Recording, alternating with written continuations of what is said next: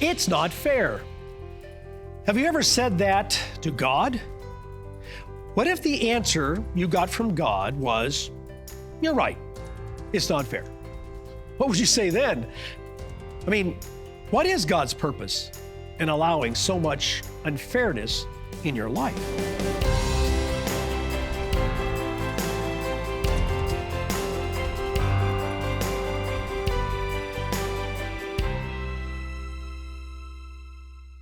As a pastor, I see the emotional effects of life's unfairness all of the time. It's the look in a parent's eyes as they lower that little coffin down into the grave. It's the voice of someone who calls me on the phone and says that their mother was just killed by a drunk driver. You know, every day you and I see and experience unfairness.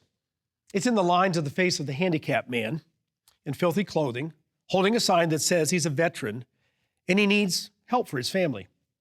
It's in the anger expressed by people trapped in poverty and they just can't get out of it. You know, all of us have a deep desire to be treated with equity, to receive fair treatment, free from bias and favoritism. And that's why we experience such despair and anger when courts are unjust in the application of the law, because the law is supposed to be unbiased and fair. So let's face it, life is filled with inequality and unfairness. It is. So where is God in all of this unfairness? You know, the inherent unfairness of life is one of the reasons why many people say they can't accept the God of the Bible. And I've even heard Christians say that when they're faced with the seemingly random inequalities of life, that they'll ask, you know, what does God want from me? I'm a good person, and yet it seems like all the people who are bad get all the breaks. Well, today, we're going to look at two biblical answers that can give you a clear perspective and comfort in dealing with life's unfairness. Life's unfairness. The first answer is found in the life of Jesus Christ and his ultimate example of dealing with injustice and unfairness. You know, the fundamental claim of Christianity is that Jesus is the Son of God who came to this earth. Christ entered into this human condition as the ultimate act of love for us. And if you don't believe that, you can't be a Christian. But think about this. As a young man in his early 30s, Jesus stood before the Roman governor. He had been falsely accused, roughed up by soldiers. He'd been spat upon, was now being humiliated in a mock trial. And a large crowd had gathered around to see what was going on, sort of the circus, you know, hear what the verdict's going to be. And the Romans at this time had a custom that once a year, the Jewish people could choose one prisoner to be freed from the prison. Pontius Pilate, the governor, gave the choice of Barabbas. Barabbas was a known murderer. Or Jesus, who was absolutely innocent. And the crowd, spurred by envious religious leaders, cried out for Barabbas to be set free.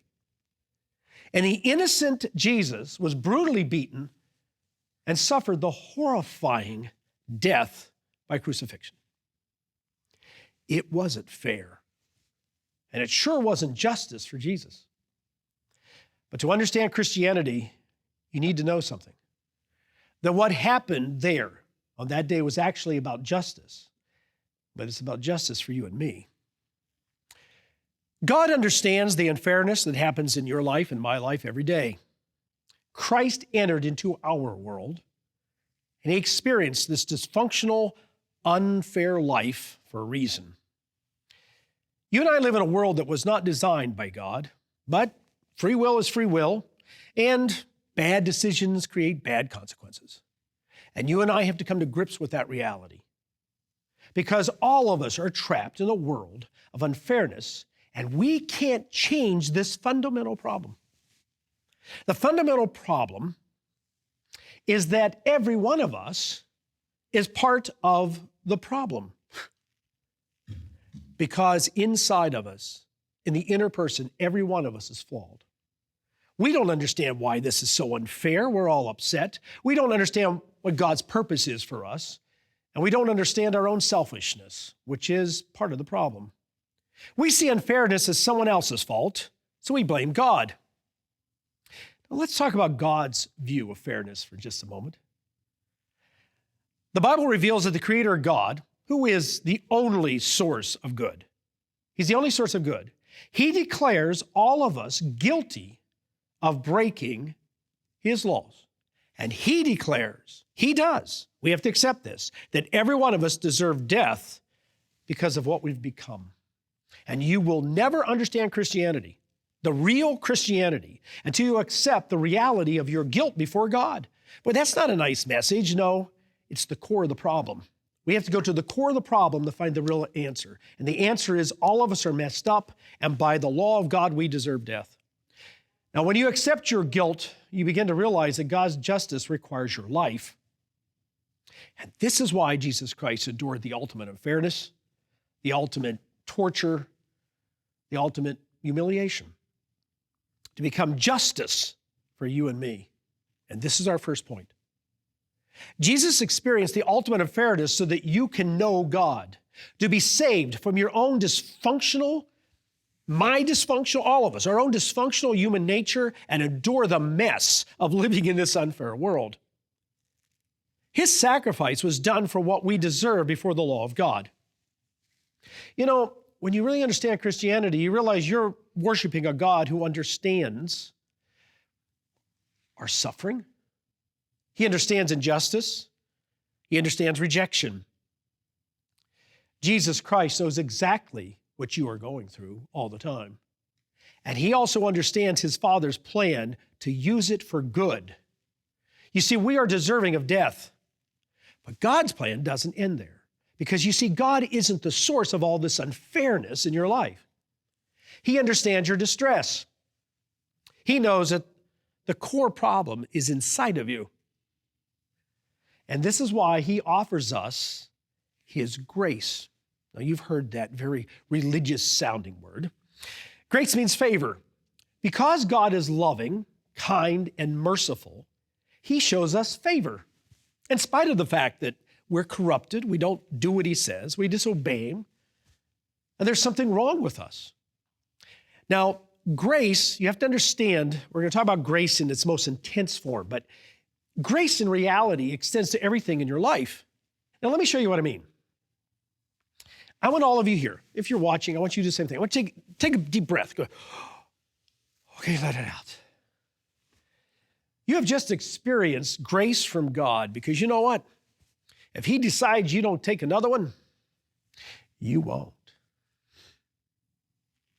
Understand, when you read in the Bible, and you get in the Old Testament especially, you read the word soul, okay? It's from a Hebrew word that means breath. The first pages of the Bible, in there it says that God breathed into man's nostrils and he became a living soul, literally a breath being. You see, we're all breath beings. And each breath we take is an act of God's grace because He gave you life. So we don't even think about it. That's God letting you live. Now, the greatest grace that God has showed us is through the life, death, and resurrection of Jesus Christ. I really encourage you to order, what does the Bible teach about grace? This study guide will help you understand how God's grace is the answer to dealing with the unfairness and inequality of life. What God wants to do in your life is greater than whatever difficulty that you are experiencing. Now, I know from experience that's hard to remember sometimes. When we lose focus on God and Christ, we get lost in the unfairness of life.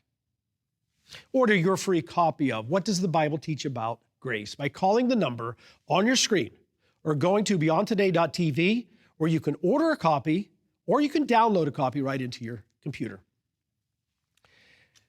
Understanding that Jesus Christ suffered the ultimate unfairness to become justice for our very real guilt gives us a new focus on life's inequalities. We realize that God is being more than fair with us. In fact, we don't want God to be fair with us. We really don't want him to be fair with us. But there is a trap that Christians can fall into if you have an incomplete understanding of God's grace. And this brings us to our second point. We fall into a trap when we see our relationship with God as being transactional, not transforming. Now, okay, what do I mean by transactional? You have a transactional relationship with God when you define your relationship with him as, well, I do something for God by obeying him, and then he's obliged to give me something back. Now, before I go on, I got to make a point clear here. God does promise blessings for those who obey him. And it's true that when any person obeys any of God's laws, there's a positive consequence. And this is a comforting and positive outcome for being a Christian. I mean, God gives blessings, right? But at the same time, there's something the Apostle Paul wrote in his letter to the Galatians we need to think about. He said, "Do not be deceived. God is not mocked. For whatever a man sows, that he will also reap." This is important. God never promises to save us from all the bad consequences of our own actions or from the unfairness caused by everyone else's wrong actions. Okay, read this with me. Think about this. At home, read it out loud. God never promises to save us from all of the bad consequences of life, whether there's something we did or something someone else did. And you know what? That makes it unfair. You and I were born into a world that is out of touch with the Creator and inherently unfair. You know, this is the problem with what is often been called the health and wealth gospel. It's a false message about how if you give money to a particular church or ministry, God will give you unlimited physical blessings. This is a transactional relationship with God. The effect of a transactional relationship with God is that you will eventually become disappointed because God's not always going to give you what you feel you deserve. Life is messy and unfair.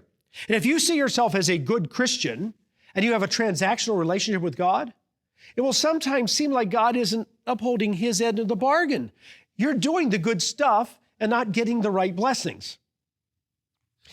But you know, one of the most frustrating aspects of life is that we have so little control over the bad things that happen to us. Because if we're not careful, we begin to see life as a victim. You know, you can't control your genetics, where you were born, the weather, or the fact that they still can't figure out how to cure the common cold. And, you know, I would like to really control the aging process, but I get out of bed every morning and realize that I'm aging and I can't control that. The only control we have over the things that happen to us is our response. We either choose to find God's purpose in life's unfairness, or we choose to respond as angry victims. And when you view life as a victim, it keeps you from taking responsibility for your own actions. And it really makes it difficult for you to experience healthy relationships with other people. When you adopt a victim mentality, here's what you do. You sort of create this personal life story. I am a victim. And then you trap yourself in constant trauma because you see everything happening to you as a victim. So you trap yourself into a life of being in constant trauma.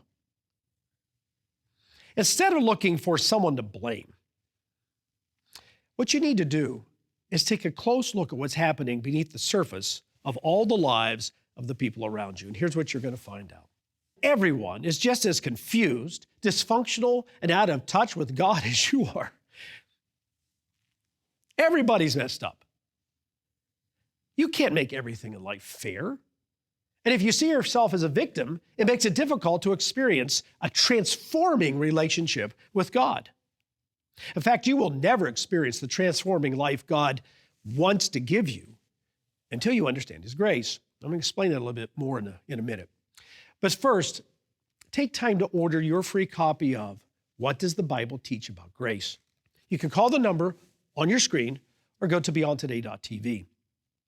You know, there are two great misunderstandings about grace, God's grace or his favor. One is that what we've been talking about here today, this transactional relationship with God, where you negotiate with God for blessings. The other misunderstanding is that because of God's grace, we don't have to obey him. We don't have to keep any commandments. He just forgives us. And this actually cheapens God's grace. It's an insult to God. You will find the biblical answers to these misuses of God's favor in What Does the Bible Teach About Grace? Order your copy. It's free by calling the number on your screen or going to beyondtoday.tv, where you can download it, order a copy, or read it right online. We've seen that a transactional relationship with God isn't what he wants. So what is a transforming relationship with God? And how can you experience this relationship with your Creator? What is it? Well, let's answer this question by looking at the process of spiritual transformation.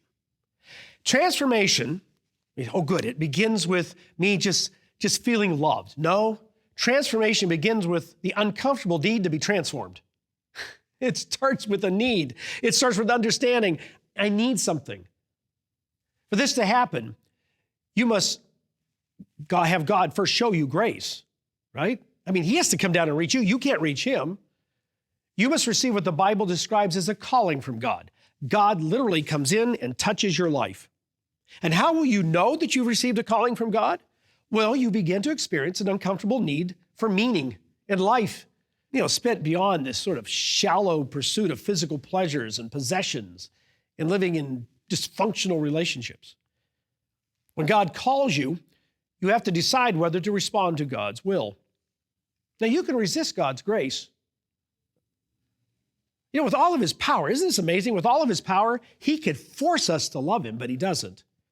He invites us to love him. And when you respond to God's call, you begin to desperately seek God.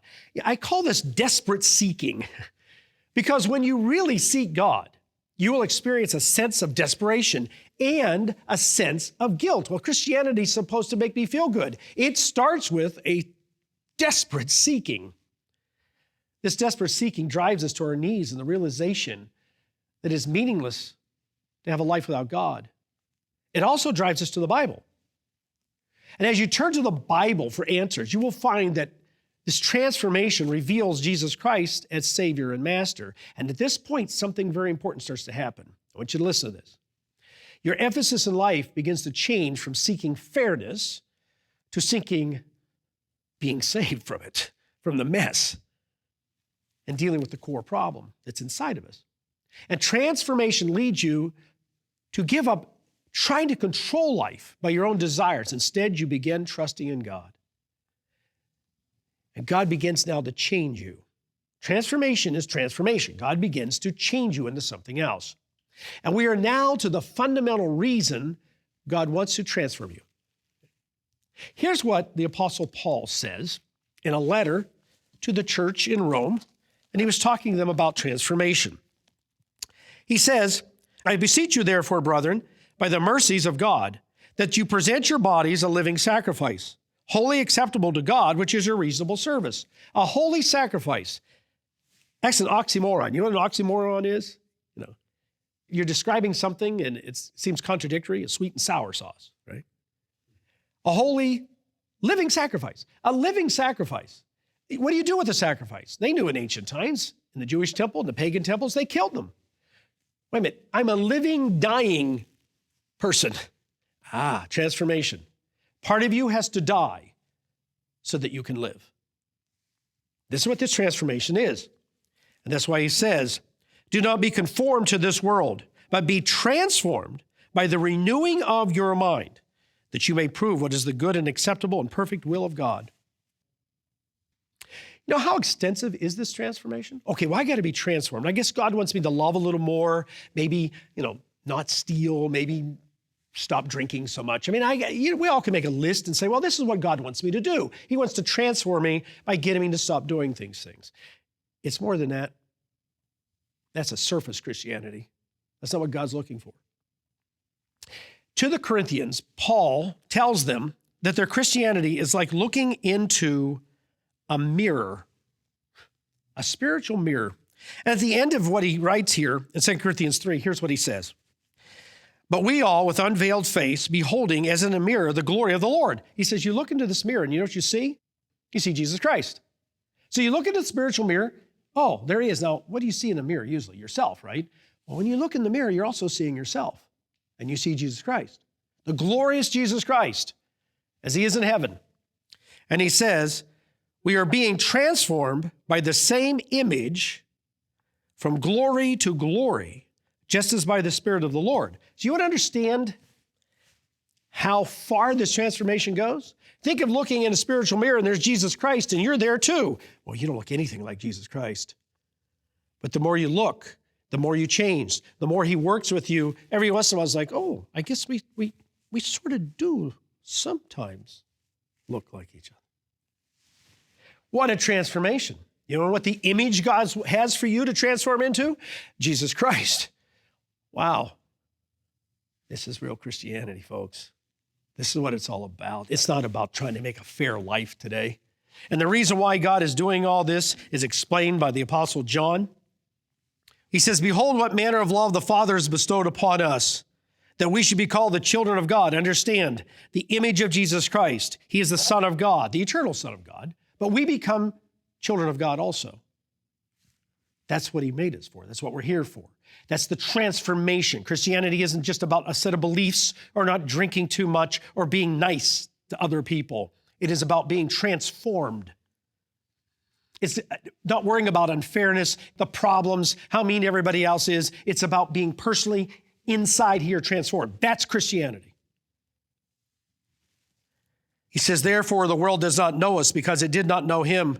And John says, beloved, now we are the children of God, but it's not yet been revealed what we shall be. But we know that when he, Jesus Christ, is revealed, we shall be like him, for we shall see him as he is. And everyone who has this hope in him purifies himself just as he is pure. Wow.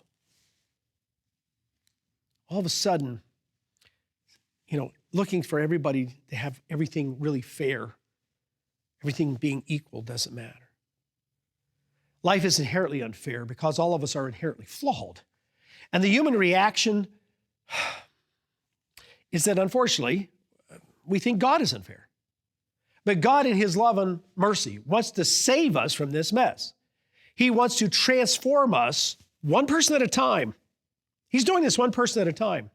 Transformation is God making you into his child. It's personal, it's relational, and it involves every aspect of your life.